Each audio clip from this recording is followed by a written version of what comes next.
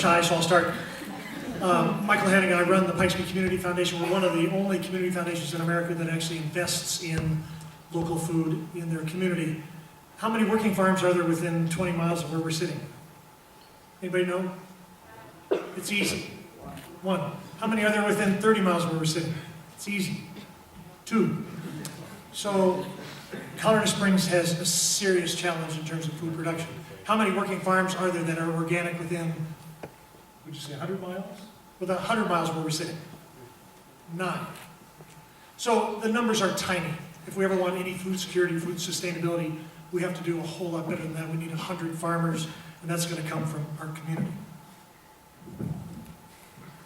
And in addition to that, I think that we also need to think about, making sure that those 9 farms are really being supported and taken care of, so we can expand. I think that's a big part of it too. I think that community knowledge is one of the foundations that we need to advance an understanding of how central food is in our communities, how we as a community fit within a larger food system. So, for example, I work with a lot of urban Native American communities. They're low income. They don't have food access because they don't have access to full-service grocery stores. So we work on a container gardening program in urban apartments. And we teach people how to use things like herbs that they grow in their own home spaces, as opposed to using salt and fat and lards. So I think community knowledge, community mobilization is critical to maintaining our food systems, but also creating safer, healthier food outcomes. My name is Alyse, and actually not from the Colorado Springs community, but I'm from St. Louis, but I've been here for the past couple of days.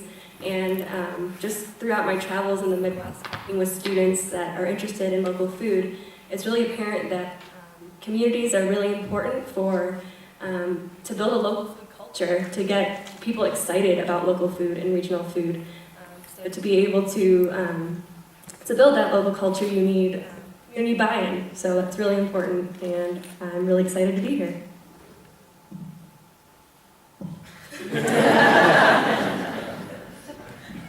Hey everyone, my name is Huelsman, and again I work with Boulder Food Rescue, mostly in Boulder County. And I would say through my work, what we see most often is how do we actually engage in the communities who we're working with to actually authentically address the needs that the community members themselves are coming up with. So a lot of times we have an idea that seems like it would be an effective way to deal with poverty or hunger or whatever it might be. But realistically, the people who are going to know most, who are going to understand the experience through their lived experience, they're going to be able to communicate what those needs are to us. And I think it's incredibly important, especially in a social justice realm, to be able to actually serve the needs of the people who we're working with, rather than determining for ourselves what we think people in our community need. Hi, I'm Jake, and I'm likewise not from the Colorado Springs community, so apologies that I can't really comment on that. But I can tell you a little bit about what Slow Money's been doing around the country and give you a sense of why community is so important. When we talk about local food, and we even use the word local, to say local and then ask what does community have to do with that, I don't even know how to even begin to answer that. Local is community. Community is local. Local food is community food, it is community. They're all one and the same. And the way that we work, and the way that we invest, and the way that we vote, it all comes into it. Because that's a part of our community, and that's ultimately what local food boils down to. I haven't been out of college that long, so I remember that the notion that money is everywhere is somewhat foreign. But if you guys had any idea how much money was in Colorado Springs alone, frankly, how much is probably within 4 blocks of right here, you'd be astounded, really. You truly would be. If you knew the amount of assets sitting in pension funds, with the college, in people's savings accounts, just within Colorado Springs. And when you hear the amazing projects of all the people who are up here, just think to yourselves that moving just 1% of the money here in this community would be enough to make all of this happen and more. We could get that number of farmers up 100-fold, probably maybe even 1,000-fold. And I don't think that's an exaggeration.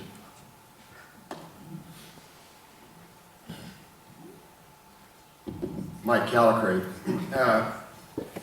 We've built communities based on a Wall Street model of extraction. And Colorado Springs is a real good example of that. We've really encouraged towns, I hate to call them communities, towns to be built to where Wall Street companies have a home, a safe home. In fact, we've even encouraged it, we've even incentivized it. We even put stoplights and arrows in for them. And we ask them to come here with these incentives, and then we let them sell stuff from somewhere else and send the money away every day. And we wonder why our communities are dried up and shriveled up, and why so much charitable giving is required. And there's a group in California called Liberty Hill Foundation that I love, and their tag is change. They're a charitable organization. Change, not charity. And so I think as a community, as consumers, as eaters, we really do need to get outside that Wall Street model, and we have to really focus on supporting the local businesses. And it needs to be on a policy level within our community as well. So it's important to get our leaders out there to support that change and that shift away from Wall Street and sort of that big developer community and mindset to really building grassroots, stuff that makes things and grows stuff, so that the wealth creating enterprises, and then keep as much of that money here at home. And so what's exciting to me is we're sitting in Colorado Springs talking about this. That's a big deal. So.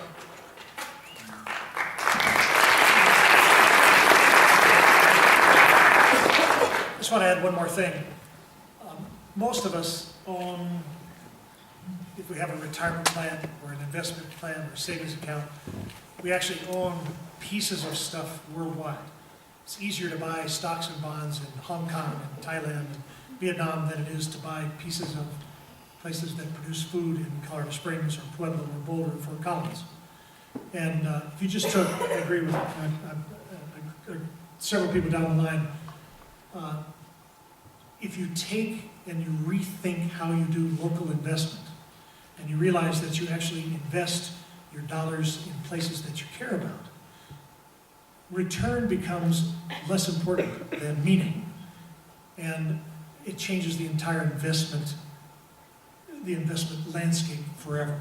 So our foundation takes a look at what can we invest in here locally. So when I was born 60 years ago, there were 400 farms and ranches within 50 miles of Colorado Springs. Families farmed, families ranches, families ranches. So we've systematically dismantled that system of local investment in food production. And if you don't think that that's a health problem, an economic problem, a freedom problem, a food security problem, a food sovereignty problem, and a serious community problem, then we're all sleepwalking into the future.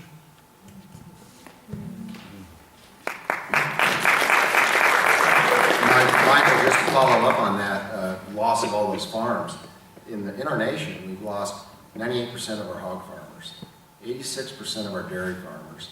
We've lost nearly almost half of our cattle ranchers, and of course we have no chicken farmers left. Essentially, you can't. They're contract growers for a big processor. But the other thing, when we talk about food security, is in the three main meat groups, beef, pork, and poultry, all of those leaders, all of the biggest firms within those three meat groups are now foreign owned. And so, when you eat Smithfield pork, the biggest pork company on the planet, you are supporting a Chinese company. Those profits will go to China. They now own, Shineway owns Smithfield. When you eat JBS beef, formerly Montfort, then Conagra, then Swift, and now JBS Swift, you are supporting a Brazilian company by the name of JBS. So those profits leave our country. When you eat Pilgrim's Pride poultry, the biggest poultry company in the United States, not Tyson, Pilgrim's Pride, you again are supporting JBS, a Brazilian company, and those profits go to Brazil. We got a big problem here. And these companies are not only siphoning the wealth from this country, but these companies are the biggest predators on the planet to competition, to local food systems, They are in business to put us out of business because they want it all. They want it all globally. Not just in Colorado Springs, not just in the United States.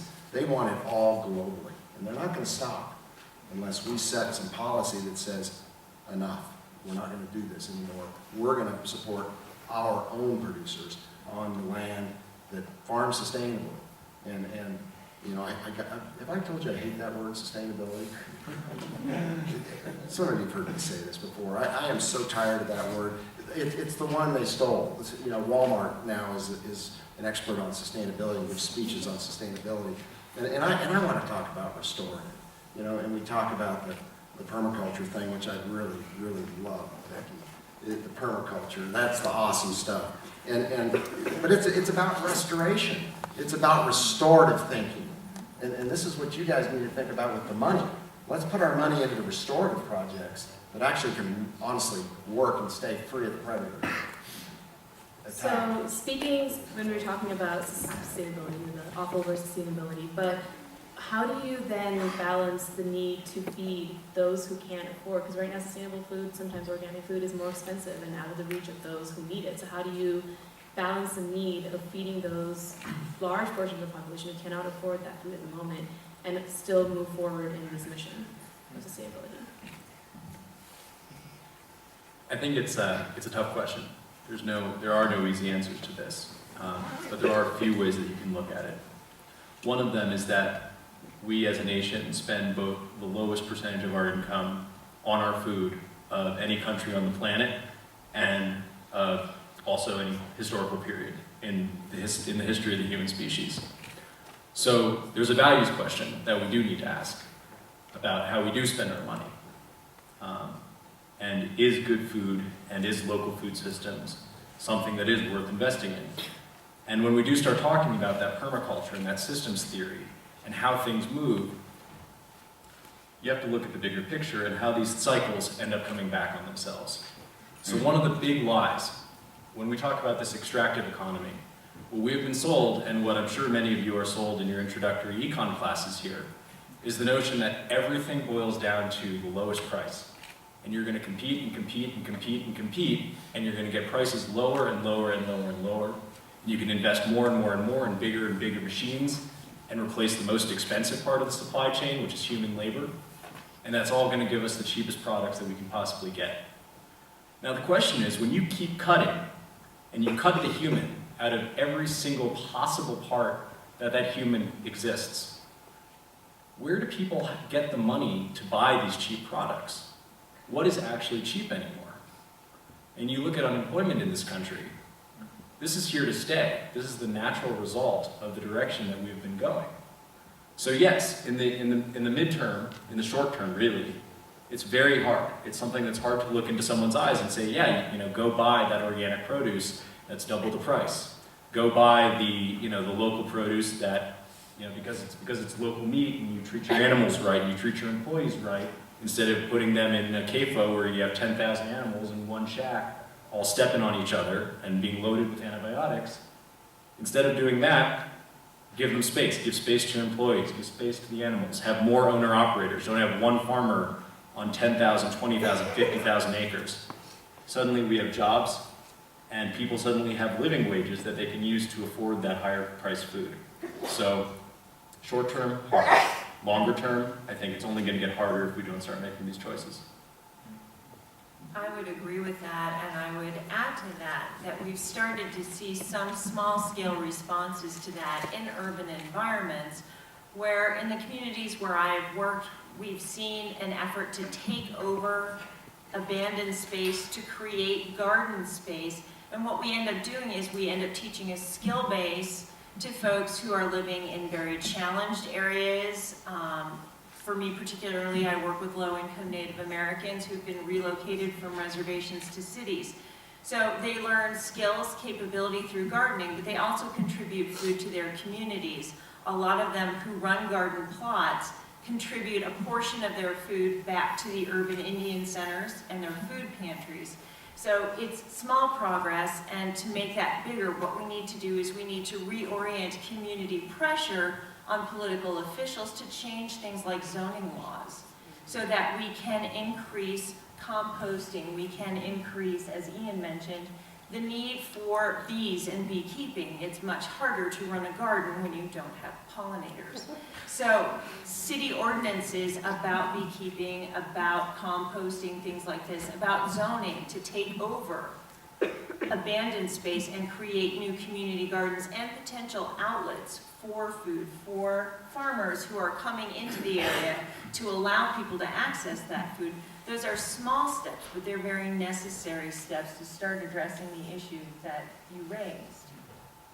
And I also think one thing that we could think about is, these community gardens and smaller plots and these community development programs within the gardens, use those foods to donate to the people that can't afford it, or, make it so they work trade or do something like that in turn, and I mean, the bigger scale farmers are out there and they're going to be the ones that people are going to be buying food from, that can afford to buy it, or are institutions, or, can buy in bigger quantities. So if we can focus some of these smaller areas on, maybe the donation process. There's a farm in Salida that does, they're a nonprofit, and they donate all of their food to food pantries, which I think that's a pretty good program too. There's different ways to do it. Never before in human history has wealth been so concentrated. And, there's a few guys that ran off with our loaf of bread, and we know who they are from 2008, right? When the big meltdown. Well, Goldman Sachs and their friends, they ran off with our loaf of bread, and we're all sitting here fighting over the crumbs. And we've got to get some of that bread back. We need a better distribution of the wealth in our nation through competitive markets. You know what we have? We have monopoly markets in all of our essential needs. They're monopoly markets. We have to break those up. That's a huge national policy issue that Obama promised to address and got weak spine over the deal and decided not to address it. But we can't make it on the crumbs. And as you said, we really need a living wage. But you can't get a living wage if the wealth you're creating is being stolen. Did we answer your question? Actually, I was hoping, Kyle, if you could comment on Yeah. this, because you work with Boulder Food Rescue, and this is a large part of what you do and deal with every day. So in the United States, we have this incredible contradiction happening at the same time. We have 40% of the food, and these are numbers coming from the EPA, 40% of the food that we produce in this country ends up back in the landfill. And at the same time, 55 million Americans are food insecure. So we have this tremendous injustice that we're all sort of sitting with at the same time of recognizing that huge portions of the food that we're producing aren't making it to the grocery store, are making it to the grocery store and then the dumpster, or they're finally getting home to us and we're not eating the food and throwing it out. So one thing that we're really looking at is how do we create a more just distribution of that food waste? And something that we're coming up with again and again across this entire country is that for a large part of food redistribution, there are organizations doing incredible work, and they are dealing with non-perishable food really well.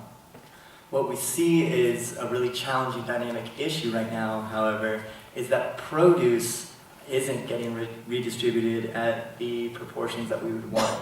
So what we've really done is go in and say, what if we can come up with innovative solutions as young people? What if we can get away from sort of the status quo of how food redistribution works in this country and come up with something incredibly different?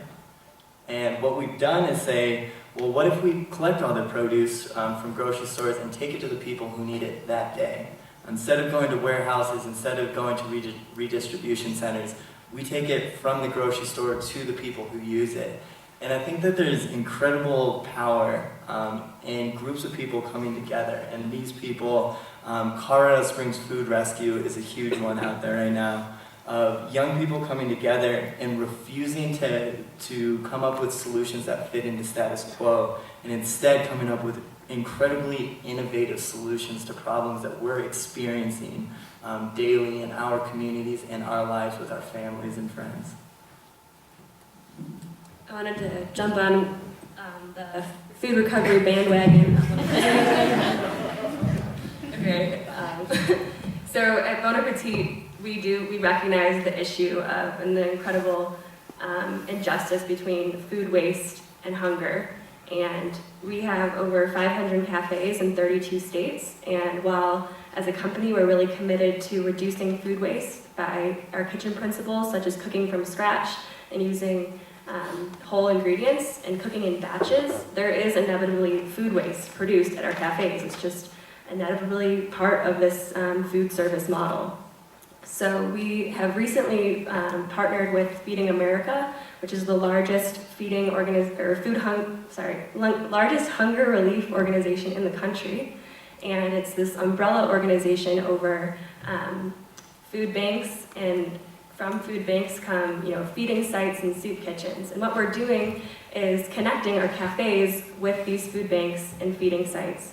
And it's a really exciting partnership, and it started out on the West Coast with our Portland area cafes, and now we're working with Feeding America to develop the partnership and bring it into all of our cafes. So I'm really excited to kind of bounce off the energy already here in Colorado Springs and in Denver and in Boulder, and continue that work with Bon Appetit. So we've talked a lot about the grand kind of national scale, and to bring it back to local, we are dealing with some rather limited resources. And so locally, how do we, with issues such as water issues, how do we then deal with limited food production and these issues that farmers face? And if you guys could maybe talk about a little of those issues that we have. Water. There's a lot of fallow ground out east, and if you travel any of the farm country, that there is no water for, and part of it's because there's a drought, and part of it's because a lot of the water gets moved to cities and to communities, for people to have green lawns or golf courses, whatever it may be. So one of the thoughts that we've had is that maybe in drought years, we should have some of the stuff in cities have to lay fallow, like golf courses and things like that, and water getting sent back to the farmers.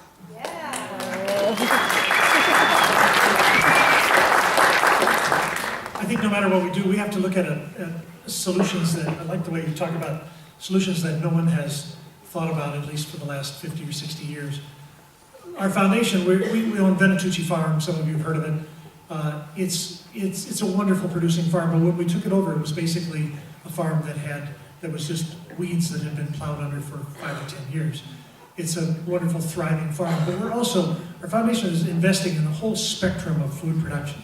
So while we own Venatucci, we also lease Pinello Ranch from the city of Colorado Springs, and we're turning that back into a working farm and ranch with grass-fed beef, pastured pork, and free-range chickens. We also have then Pikes Peak Urban Gardens, which is, I lease city parks, and then we put community gardens into city parks.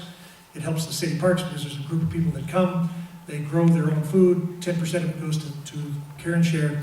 And then we also have a new program called Victory Gardens, bringing back the World War II model of growing food everywhere, in medians, in backyards, in abandoned lots. And that's another program that the foundation works on. But it has to be, we have to rethink the way that we produce food, because most of the food that is really easy to eat is really terrible food. And you have access to terrible food all the time, 24/7. Human beings are really, I call them opportunivores. So in our evolutionary past, if we had the opportunity to eat it and it wasn't toxic, we ate it. So in the fall, when fruits were ripe, we ate a huge amount of fruit. We got really fat because we knew we would need that over the wintertime. Now, we are still opportunivores, but we go through King Soopers or Safeway or Whole Foods, and we have the opportunity to eat everything all the time. So we have to really change the way we think about food. We have to change our relationship with food. Most of us have a really terrible, most Americans have a terrible relationship with food, and it's the most priceless thing we do 3 times a day. So our foundation is looking at the entire spectrum. We just opened a little place called Hunter Gatherer. It's a little village shop inside the Ivy Wild School that buys food from farmers like Beki and farmers like Mike and makes it available immediately to the public. We also have a little thing that we call the Flying Carrot. We took an old bus, we took all the seats out, and that bus then becomes a traveling educational farmers market that goes out to the community. It's run by grad students from UCCS. I think a couple of them are here tonight. we have to reimagine and rethink our relationship with food at all levels, from the gigantic farms, of which I prefer not to eat food from those farms, all the way down to empowering someone to grow something in a box in their front yard. And if we don't rethink that, then we're going to react to crisis after crisis and not to opportunity.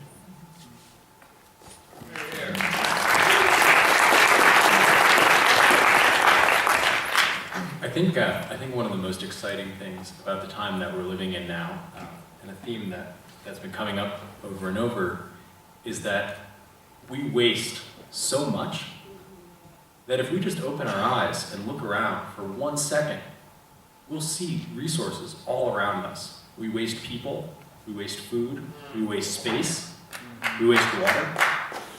It's all there. All the ingredients are there. To give you guys a tangible example, an enterprise that was funded through slow money investors, a group called Revision, based out of Denver.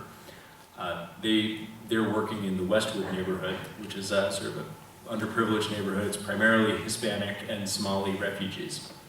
And they noticed that there was lots of these brownfield areas, just land that was sitting fallow. There was buildings that had been condemned that were, they had lawns that were overgrown and were nothing. There were schools that were underfunded and weren't doing much with their grounds.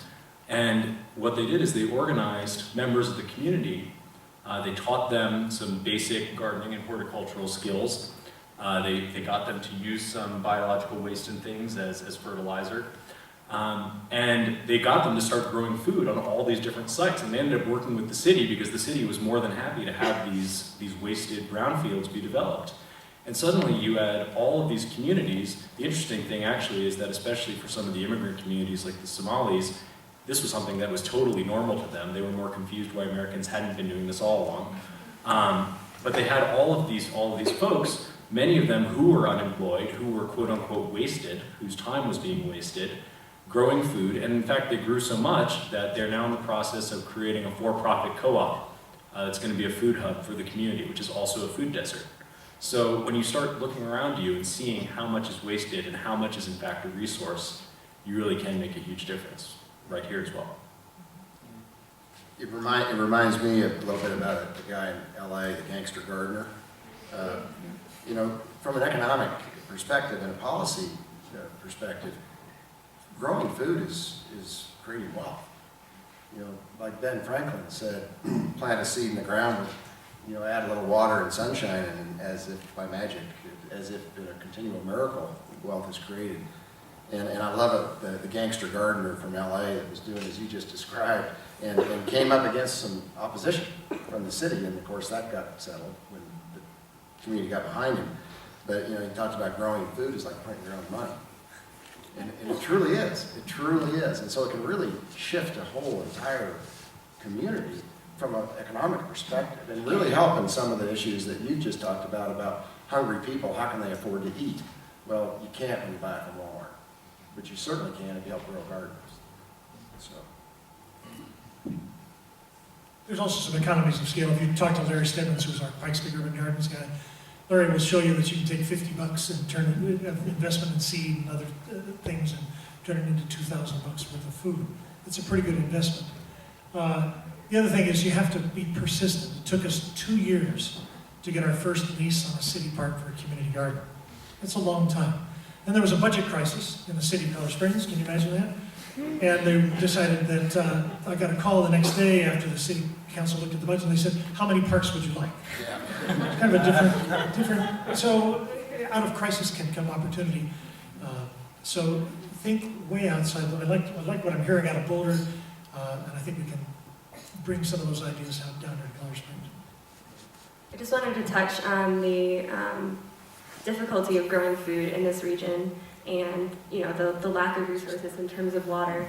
And I really think that our small local farmers are really the experts when it comes to promoting resource conservation and really knowing what to do when there is a water shortage and that sort of thing. And at Bon Appetit, we have developed relationships with local farmers across the country. We have partnerships with 1,300 small farms and artisans across the country at our different accounts. And here at Colorado Springs, these relationships have been growing ever since we got on board at the campus. And I was just talking with our team, and last year alone we supported our local farmers with $900,000 last year in investment. So that's going into the people that really are the gatekeepers of our resources here. And I just wanted really quick to sort of tack on to the idea that has been sort of uniform across the panel, and that's this idea that out of crisis comes tremendous opportunity. In my spare time, I'm a humanitarian aid response coordinator specializing in food and livelihood securities. So I work a lot in Africa, I work a lot overseas, and a lot of the models that we use overseas for emergency crisis management can apply very well in local communities. One of the things that we do to address food shortages and lack of capacity is we work on school gardens. We build gardening into an entire curriculum where students are learning about plant biology, and I know you hate the word, but sustainability. And that's part of capacity building. So they learn skills that they can use and take away with them to help then expand the knowledge into their own communities. We see very similar things starting to sprout up around Colorado, where more schools are looking into the idea of having school gardens that are built into the curricula for their schools. And I think that's an important thing to think about as we come to a food health crisis, especially for young children, based on federally funded school meals. I think that we have now reached this crisis point where we're looking for alternatives in our communities to resolve some of these issues. And one of the ways that we're thinking about doing that is creating a new capacity in another generation to think about food systems in very different ways, to learn sustainable skills through farming. And I think that is one potential step forward, that crisis can compel us to take advantage of certain new opportunities.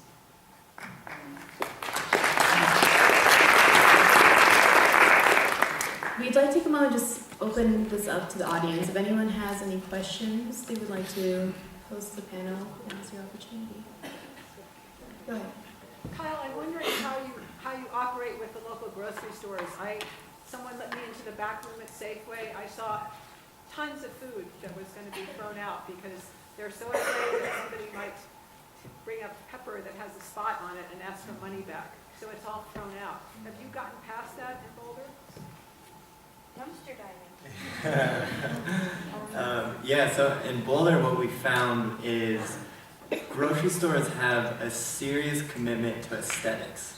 They build presentations out of their brightly colored fruit and their vegetables, and they build up these great presentations.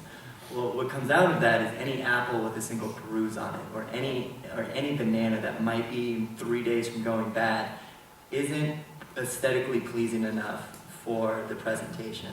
So for good or bad, the system is that produce oftentimes gets shipped out and thrown out. And so what we found is a lot of the natural grocery stores, to their credit, from the corporate level, there is a lot of autonomy from store managers. And I'm talking Whole Foods, Sprouts Markets, Vitamin Cottage, all of those people, that there's autonomy at the store level to be able to work with community groups coming in and having store managers decide who they're going to give food to. So I came up here on Sunday to work with Colorado Springs Food Rescue, a new group who's doing this bike-based direct redistribution of produce. And it's all about getting that first grocery store on board. And it's difficult to convince a group of people that this is that we have consistency in this is going to be something that we'll pick up 7 days a week and all of that. But what we find is once we get in the door and we can make the pitch and say, look, you as a store manager, you know when you pull that food, it only has a day or 2 days before it goes bad, and it needs to go directly to the people who are going to use it that day. And people who work with food at grocery stores, they get it. They understand that concept. And so 90% of the time when we get a meeting with a store manager, we get in the door. So what we found is we, all 12 organic or natural grocers in Boulder donate to Boulder Food Rescue now. And we're at the point 2 years out where we've rescued about 400,000 pounds of food. And so it's happening and it's real, and what it takes is that group of people to start at that really small level of saying, let's get one grocery store, let's find 7 friends, and let's bike that food to the nearest soup kitchen or homeless shelter. So definitely check out Colorado Springs Food Rescue. They have a fundraising campaign going on Indiegogo right now, and I'm sure they could use some community support.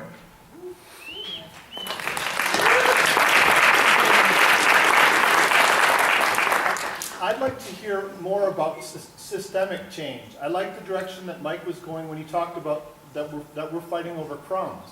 And to hear innovative ideas about how to redistribute waste, that's still, we're talking about crumbs. When we're talking about using crisis as a model for how we can develop ways to adapt, that's still crumbs. And so I guess I'd like to hear more ideas about how to move forward, changing the system of inequality. And I guess also addressing sustainability. When we talk about local food, I think we need to talk about local water. And if we want to talk about increasing our local food supply by borrowing somebody else's water, then that's not really that's not a local thing. That's not a local community thing. So I mean, would somebody like to addressing the system and how we can look at a sustainable existence here by changing the system?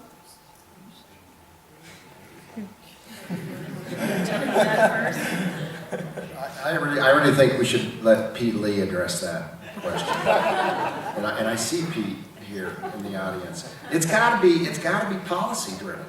I mean, look, you aren't going to believe what we do with water in the Oglala Aquifer. You know it's a declining resource, and I live on top of it in St. Francis, Kansas. And so we got in a fight. Colorado, Kansas, and Nebraska got in a big fight over water. It finally got settled in the last couple of years, whatever.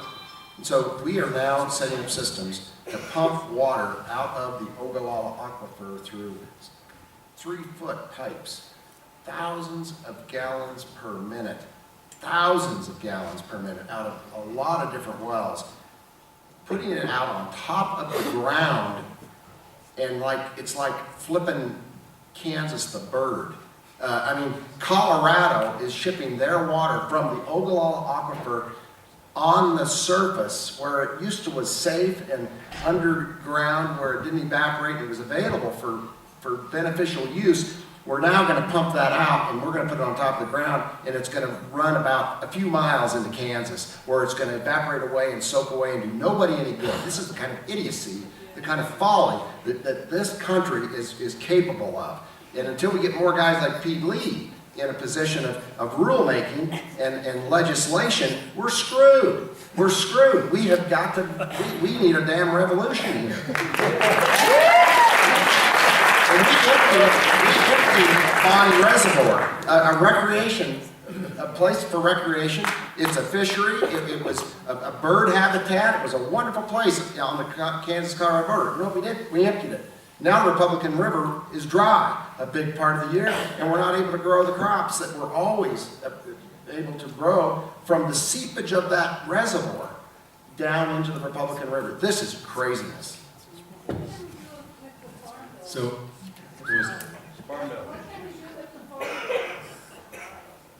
well, I tell you what, it gets back to the systemic change. Until we address the corporate power over our government, this country is run by corporations, not people.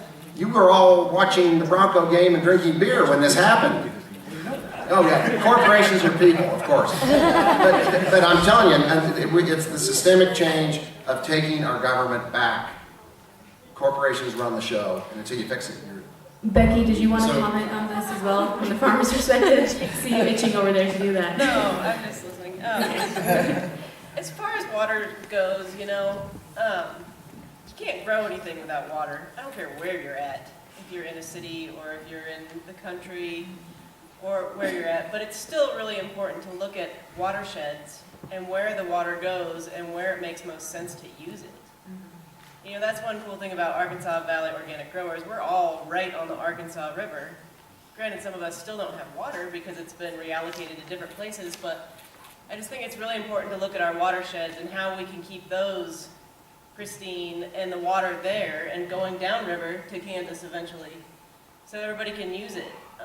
You know, a lot of the water gets diverted to cities and for different types of uses, and it's needed, you know, but I think that there's definitely more sustainable ways that we can look at, you know, conserving water and doing the right thing so the farmers do have waters to grow food for the people in the cities. You know. We have time for about one more question. Alyse is my name. My very good friend Eric, who I back all the time, but I think when we talk about who's got the loaf of bread and that we're playing with the crumbs and sort of a systemic thing, why don't we bake our own bread? Why don't we run a system parallel? For example, Michael Hannigan, I'm working with a local farmer up in Lake George. He has 140 acres. Most of it's not farmable, but he does have maybe 10 acres that is, but he has a 3,600 square foot greenhouse that he is supplying local restaurants, Ranch Foods Direct, and Hunter Gather with mixed greens, tomatoes, peppers, kale. This is not a major producer, but he does have the ability to impact the Colorado Springs area during the winter months and give us some local produce.